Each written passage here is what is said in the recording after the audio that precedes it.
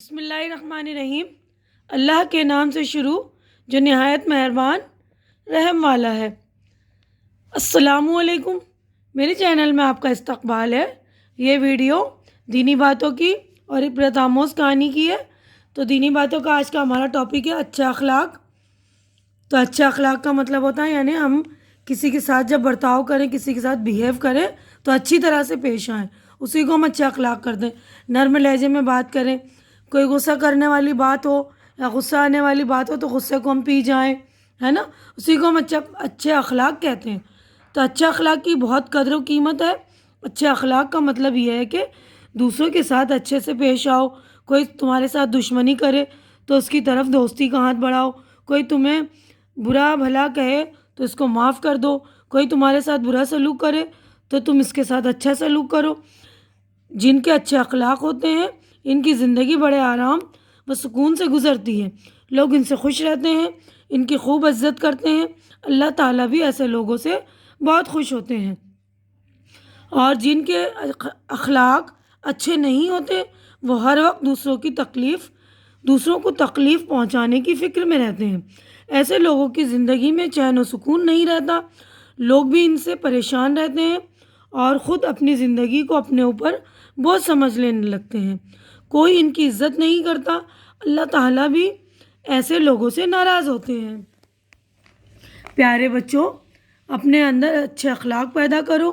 اچھے اخلاق سے ہمیشہ عزت ملتی ہے اور برے اخلاق سے ذلت اٹھانی پڑتی ہے۔ تم اپنے اندر اچھے اخلاق پیدا کر کے اچھے انسان بنو، اور ہمارے نبی کریم صلی اللہ علیہ وسلم نے فرمایا تم میں سے سب سے اچھے وہ لوگ ہیں جن کے اخلاق سب سے اچھے ہیں۔ یعنی اچھے لوگ کون سے لوگ ہیں؟ جن کے اخلاق اچھے ہیں، بلند اخلاق ہیں، اونچے اخلاق ہیں، نا۔ تو ہمیں اپنے اخلاق جو اچھے بنانے چاہیے، دوسروں کے ساتھ اچھی طرح سے ہم پہ پیش آنا چاہیے، نا۔ تو اگلا جو ہمارا ہم دیکھیے کہانی ہے اللہ کے گھر کی حفاظت۔ تو کہانی جو ہمارے لیے ہوتی ہے وہ عبرت کے لیے ہوتی ہے۔ تو وقتاً فوقتاً جو کہانی اور قصے جو ہے انسانوں کو سنائے جاتے ہیں یا انسان سنتے ہیں تو عبرت کے لیے ہوتی ہیں وہ کہانی، عبرت اور نصیحت کا ایک ذریعہ ہوتی ہیں وہ، اور انسان جو ہے کہانیوں سے بہت جلدی اثر لے لیتا ہے اور فوری طور پر اس کو اپنی زندگی میں عمل کرنے کی کوشش کرتا ہے اور اپنی زندگی کو بلند اخلاق بنانے کی کوشش کرتا ہے، نا۔ اچھے ہم باتیں سنتے ہیں، واقعے کے متعلق سے اگر کوئی بات ہم سنتے ہیں تو ہم اس طرح بننے کی کوشش کرتے ہیں، نا، تاکہ ہمارا دنیا تو سنورے ہی، ساتھ ساتھ آخرت بھی سنورے، نا ہمارا۔ اسی لیے جو رسول وغیرہ کی، پیغمبروں وغیرہ کی جو واقعات ہوتے ہیں وہ کس لیے ہوتے ہیں؟ تاکہ نیک لوگ جو ہے ان سے کچھ سیکھیں، ہے نا، عبرت حاصل کریں۔ جیسا کہ سورہ یوسف کی ایک آیت ہے، اس میں بھی اللہ تعالیٰ کا ارشاد ہے کہ لَقَدْ كَانَ فِي قَصَصِهِمْ عِبْرَةٌ لِأُولِي الْأَلْبَابِ۔ اس کا مطلب ہے یعنی یقیناً ان کے واقعات میں عقل و ہوش رکھنے والوں کے لیے بڑے عبرت کا سامان ہے۔ یعنی یہ سوچتے ہیں، اپنے آخرت کی فکر کرتے ہیں تو وہ ان واقعات سے جو ہے عبرت لیتے ہیں، کچھ لیسن لیتے ہیں، کچھ سیکھتے ہیں، ٹھیک ہے۔ تو آج جو ہمارا ٹاپک ہے اللہ کے گھر کی حفاظت۔ یمن ایک ملک کا نام ہے۔ اس ملک میں ابرہہ نام کا ایک عیسائی بادشاہ تھا۔ اس نے ملک یمن میں ایک خوبصورت گرجا یعنی چرچ بنوایا تھا اور یہ چاہتا تھا کہ سب لوگ اللہ کا گھر خانہ کعبہ چھوڑ کر اس گرجا کا طواف کریں اور اس میں عبادت کیا کریں، لیکن لوگ برابر خانہ کعبہ جاتے اور وہیں عبادت کرتے۔ یہ دیکھ کر اس کو بڑا غصہ آیا اور وہ اللہ کا گھر خانہ کعبہ گرا دینے کے ارادے سے ایک بڑا لشکر جس میں بہت سے ہاتھی تھے لے کر چل پڑا۔ جب وہ مکہ کے قریب پہنچا تو اللہ تعالیٰ نے اپنے قدرت سے بہت سارے چھوٹے چھوٹے پرندوں کو بھیجا اور ان کی چونچ اور پنجوں میں چھوٹے چھوٹے پتھر تھے۔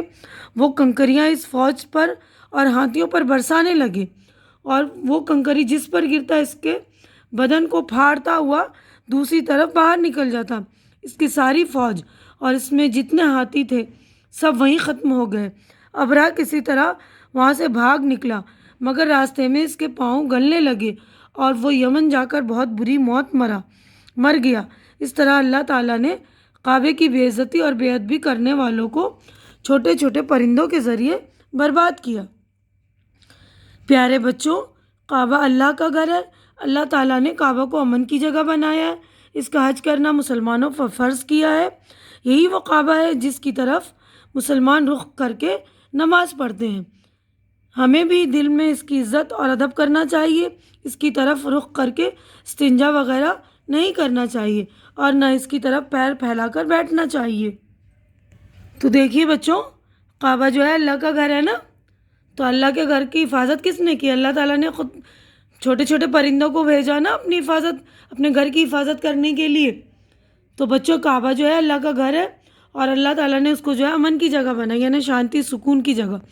اور ہم حج کرنے بھی جاتے ہیں تو وہیں جاتے ہیں، وہ کعبہ ہے، ہم لوگ جہاں جو ہے نماز میں اسی طرف رخ کر کے نماز پڑھتے ہیں۔ اور ہمیں بھی جو ہے کعبے کی عزت اور ادب کرنا چاہیے، اور جو ہمیں کعبے کی طرف جب کعبے کا رخ ہوتا ہے نا، اس طرف ہمیں پیر پھیلا کے نہیں بیٹھنا چاہیے، نہ ادھر اس رخ پر تھوکنا چاہیے۔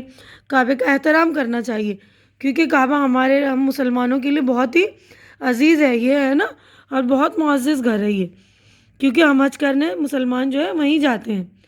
تو امید کرتی ہوں میری ویڈیوز آپ کو اچھی لگ رہی ہوگی۔ اچھی لگ رہی تو اسے لائک کیجئے، زیادہ سے زیادہ شیئر کیجئے، تاکہ زیادہ لوگوں کا فائدہ ہو، زیادہ لوگوں کی نالج میں یہ باتیں آئیں۔